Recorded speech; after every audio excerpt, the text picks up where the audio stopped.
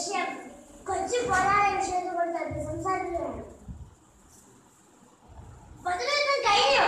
സത്യനിഷേധികളെല്ലാവരും ഓടി മറിഞ്ഞു. അബൂജഹൽ മുതൽ അസദ് വരെ സഹാബാക്കളും സമസ്ത സ്വത്തുമായി ബദർ വിട്ടു മദീനത്തെത്തി.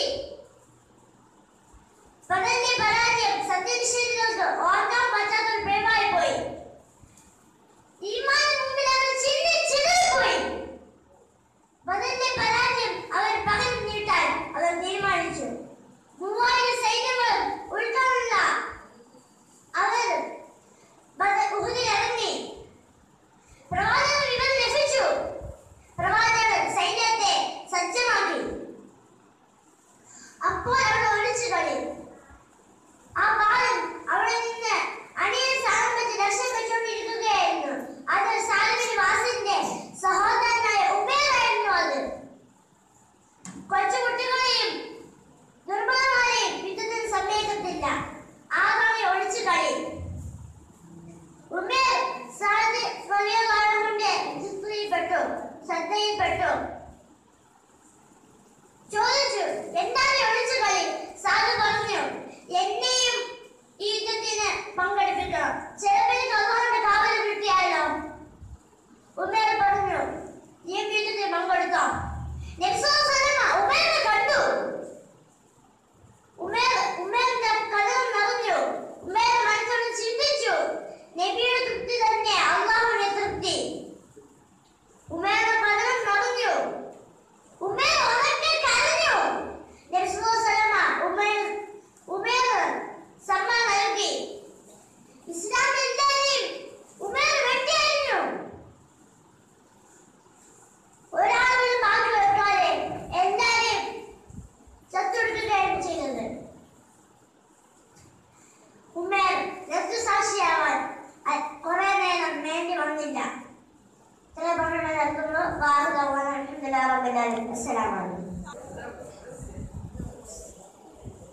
السلام عليكم ورحمة الله تعالى وبركاته. الحمد لله الصلاة والسلام على أشرف المرسلين وعلى آله وصحبه أجمعين أما بعد. സ്നേഹപൂർവ്വം നിറഞ്ഞ എൻ്റെ ഉസ്താദന്മാരെ, സ്നേഹം നിറഞ്ഞ എൻ്റെ സുഹൃത്തുക്കളെ, സഹപാഠികളെ, ഞാനിവിടെ ഒരു കൊച്ചു കഥ അവതരിപ്പിക്കാൻ പോവാണ്. എല്ലാവരും കേട്ടിരിക്കണം കേട്ടോ. അതിനെല്ലാം കുറിച്ച് പ്രപഞ്ചലോക പരിപാലകനായ അള്ളാഹുവിനെ ഞാൻ ആദ്യമായി സ്തുതിക്കുന്നു. അൽഹംദുലില്ലാഹി അലാ കുല്ലി ഹാൽ. എല്ലാവർക്കും കഥ കേൾക്കാൻ ഇഷ്ടമാണല്ലോ. അപ്പൊ ഞാൻ തുടങ്ങിയ എന്റെ കഥ കേട്ടല്ലോ. മഹാനായ ഇമാം ഗസാലി റളിയല്ലാഹു അൻഹു പറഞ്ഞ ഒരു ചെറിയ കഥയാണ് ഞാൻ ഇവിടെ പറയാൻ പോകുന്നത്. ഒരു വ്യക്തി, അദ്ദേഹം അള്ളാഹുവിലേക്കുള്ള ദൃഢമായ അള്ളാഹുവിലേക്കുള്ള ആരാധന മൂലം അദ്ദേഹം ഒരു മലഞ്ചെരുവ് തേടി ഇറങ്ങി. വിജനമായ ഒരു മലഞ്ചെരുവ് തേടിയാണ് അദ്ദേഹം ഇറങ്ങിയത്. അദ്ദേഹം അള്ളാഹുവിലേക്കുള്ള ആരാധന ലക്ഷ്യമാക്കി നടന്നു. വളരെ നടന്നു കുറെ കഴിഞ്ഞപ്പോൾ അതാ ആരോ അതുവഴി നടന്നു പോകുന്നു. ആരാ? മിസ്റ്റർ ഷൈത്താനാണ്. അതുവഴി നടന്നു പോകുന്നു. അതുവഴി പോകുന്നു. അതാണ് മിസ്റ്റർ ഷൈത്താൻ. അപ്പോ ആ ഷൈത്താൻ ഉണ്ടല്ലോ, ആ ഷൈത്താൻ അദ്ദേഹത്തോട് പറഞ്ഞു, സുഹൃത്തെ, താങ്കൾ ഇത് എവിടേക്കാ പോടാൻ? ആ മലഞ്ചെരുവിലേക്കാണോ? അവിടെ അപ്പുറത്തുള്ള മലഞ്ചെരുവിലേക്ക് അവിടെ പോയിട്ടൊന്നും കാര്യമില്ല. അവിടെ പോയാൽ ആരെയും കിട്ടാനൊന്നും പോണില്ല. അവിടെ പോയ ഒരു മനുഷ്യൻ പോലും ഇല്ലാത്തൊരു സ്ഥലമാണ്. അവിടെ പോയാൽ താങ്കളൊരു ഭക്ഷണം കിട്ടില്ല, താങ്കൾ ആരും കാണില്ല, താങ്കൾക്ക് ഒരു സഹായം ലഭിക്കില്ല.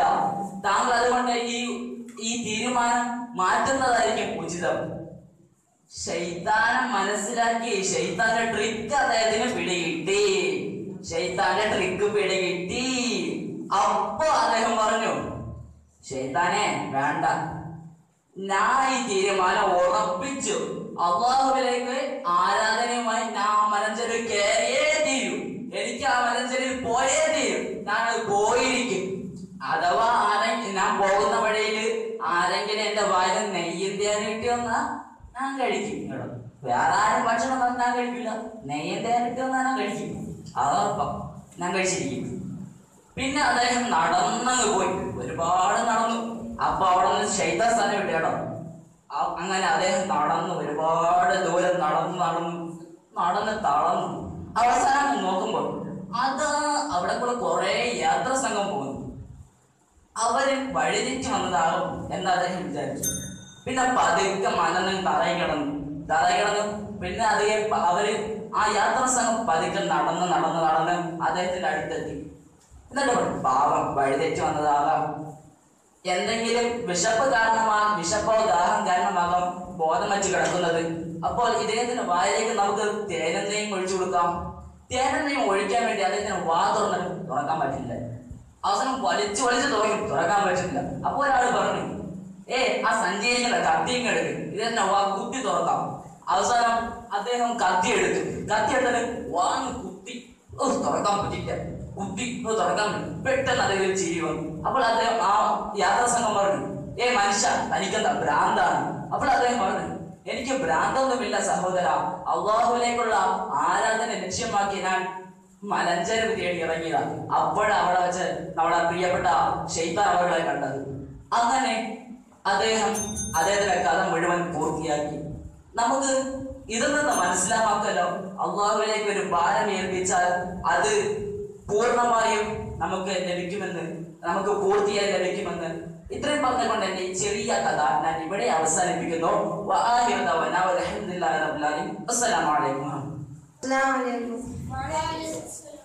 നമ്മുടെ ആദ്യമായ ബദർ യുദ്ധത്തിലെ കുറച്ച് കാര്യം പറയാനാണ് ഇവിടെ വന്നിരിക്കുന്നത്. നമ്മുടെ നബിയുടെ ആദ്യ യുദ്ധമാണ് ബദർ യുദ്ധം.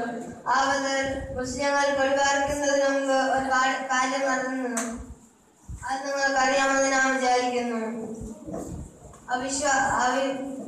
മുസ്ലിങ്ങൾ നബി വെള്ളം കുടിക്കേണ്ട എന്ന് പറഞ്ഞുകൊണ്ട് അവിടെയുള്ള വെള്ളപ്രദേശങ്ങൾ മുഴുവൻ കൈയടക്കുകയും പിന്നെ നബി അല്ലാഹുവിനോട് ദുആ ചെയ്തു. വെള്ളം മഴയിലൂടെ ലഭിച്ച് അതിനെ അവർ ഒരു ഹൗദിലേക്ക് ശേഖരിച്ചു വെച്ചു. യുദ്ധത്തിന് മുമ്പായി അതിനെ പൊളിക്കാനായി വന്നു. അപ്പൊ അവനോട് പറഞ്ഞു, നീ ഇതിനെ പൊളിക്കുന്നത് എനിക്കൊന്ന് കാണണം. എന്നിട്ട് അവനിലേക്ക് ചാടി വീണു. എന്നിട്ട് രണ്ടുപേരും കൂടി ഒരു വലിയ വാൾപയറ്റ് നടത്തി. അവന്റെ വാൽ രണ്ടും കൊട്ടിമുട്ടുന്ന ശബ്ദം കേട്ടുകൊണ്ടിരുന്നു. അവന്റെ കഴുത്തിലേക്ക് വാൾ കുത്തിയിറക്കുകയായിരുന്നു. ഇത്രയും പറഞ്ഞിട്ട് ചെറിയ കഥ നടത്തുന്നു.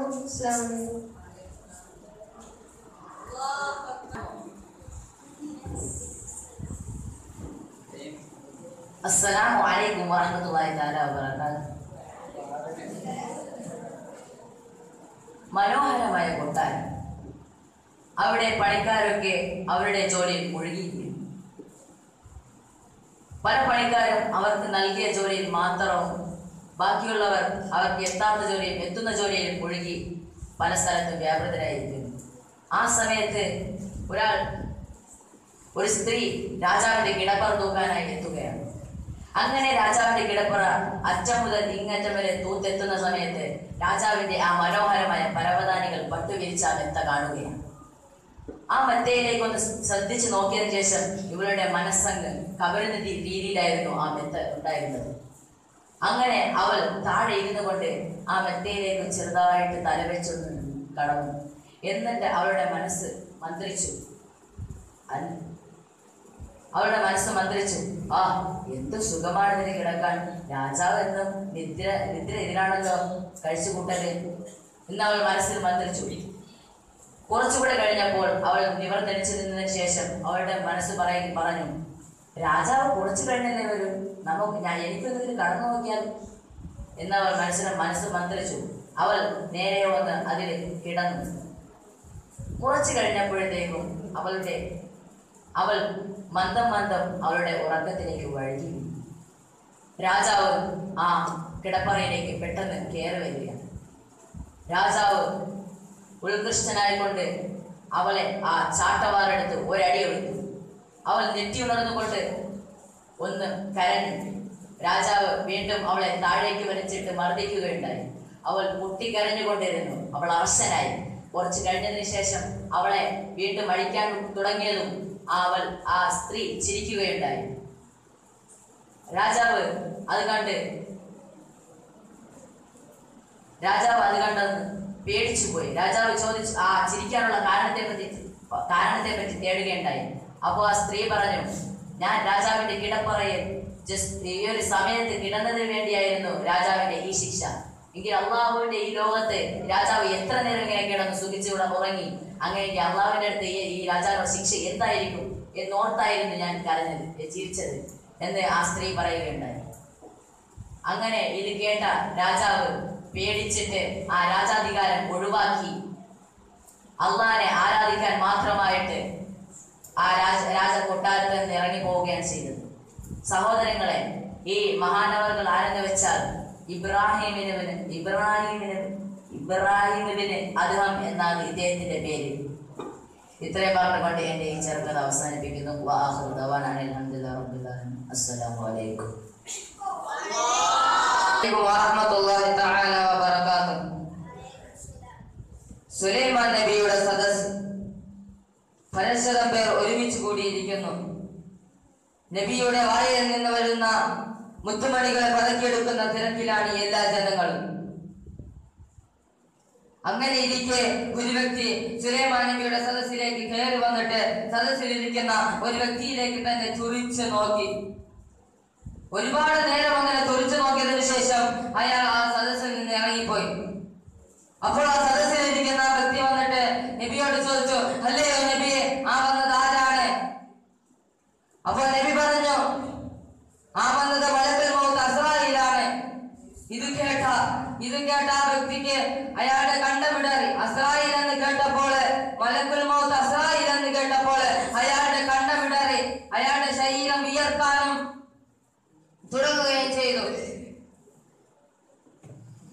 അയാൾ കരഞ്ഞുകൊണ്ട് നബിയോട് പറഞ്ഞു, അല്ലയോ നബിയെ, അയാളുടെ കരങ്ങളിൽ നിന്ന് അങ്ങനെ രക്ഷിക്കണേ നബിയെ, അയാളുടെ കരങ്ങളിൽ നിന്ന് രക്ഷിക്കണേ നബിയെ. അപ്പോൾ നബി ചോദിച്ചു, അല്ലയോ ചങ്ങാതി, ഞാൻ എങ്ങനെയാണ് നിന്നെ രക്ഷപ്പെടുത്തുക? അയാളുടെ കരങ്ങളിൽ നിന്ന് ഞാൻ എങ്ങനെ രക്ഷപ്പെടുത്തുക? അങ്ങയുടെ വാഹനമില്ലേ കാറ്റ്, ആ കാറ്റിനോട് എന്നെ ഇന്ത്യയിൽ കൊണ്ടിടാൻ പറയുക. അത്രയും പെട്ടെന്ന് എന്നെ തേടി പിടിക്കാൻ അയാൾക്കാവില്ലല്ലോ. മനുഷ്യന്റെ ഈ വില കുറഞ്ഞ ബുദ്ധിയോർത്ത് സുലൈമാൻ നബി അലൈഹിസ്സലാത്തു വസ്സലാം മനസ്സിലൊന്ന് ചിരിച്ചിട്ടുണ്ടാകണം. സുലൈമാൻ നബി അവിടുന്ന് കാറ്റിന് ആജ്ഞ നൽകി, ഓ കാറ്റ്, നീ മനുഷ്യനെ ഇന്ത്യയിൽ കൊണ്ടിടുക. ഉടനെ തന്നെ കാറ്റ് മനുഷ്യനെ ഇന്ത്യയിൽ കൊണ്ടിട്ടു. ഇന്ത്യയിലെ ഒരു കുഗ്രാമത്തിലാണ് കൊണ്ടിട്ടത്.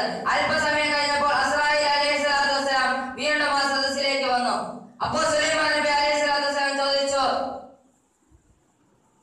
അല്ലയോ അസ്രായീൽ, താങ്കൾ എന്തിനാണ് നേരത്തെ വന്നിട്ട് ആ സദസ്സിലിരിക്കുന്ന ഒരാളെ തുറിച്ചു നോക്കിയത്? അപ്പൊ അസ്രായീൽ പറഞ്ഞു, അല്ലയോ നബിയെ, അല്ലാഹു സുബ്ഹാനഹു വ തആല അയാളുടെ റൂഹിനെ ഇന്ന് പിടിക്കാനാണ് എനിക്ക് ആജ്ഞ നൽകിയത്. ഇന്ത്യയിൽ വെച്ച് പിടിക്കാനാണ് അല്ലാഹു സുബ്ഹാനഹു വ തആല ആജ്ഞ നൽകിയത്. പക്ഷേ ഞാൻ നോക്കുമ്പോൾ അദ്ദേഹം താങ്കളുടെ സദസ്സിലാണ്. ഇത്രയും പെട്ടെന്ന് കൃത്യസമയത്ത് എങ്ങനെ ഇന്ത്യയിൽ എത്തുമെന്നോർത്ത് ഞാൻ വളരെയധികം അത്ഭുതപ്പെട്ടു നബിയെ. അപ്പോ കൃത്യസമയത്ത് തന്നെ കാറ്റ് അയാളെയും കൊണ്ട് ഇന്ത്യയിൽ കൊണ്ടിട്ടു. അള്ളാഹുവിന്റെ വിധിയും ശക്തിയും എല്ലാം വളരെയധികം അപാരം തന്നെ നബിയെ. അസ്സലാമു അലൈക്കും വറഹ്മത്തുള്ളാഹി വബറകാതുഹു.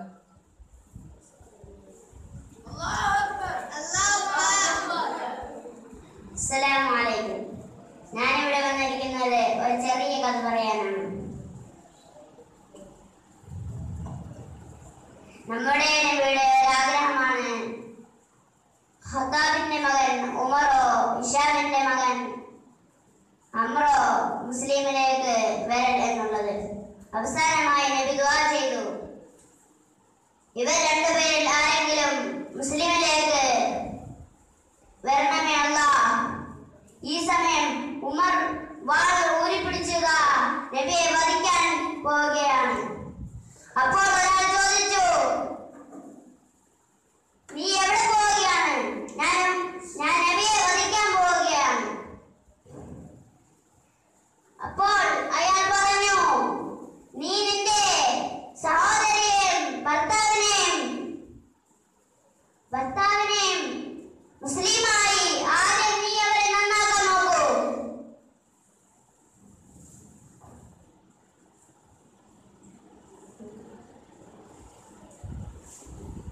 ഇത് കേട്ട് ഉമർ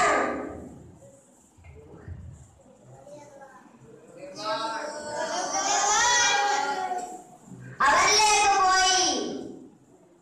അവരെ മർദ്ദിച്ച് പിന്നെ ഒരു ഖുർആൻ എടുത്ത് ഓതി.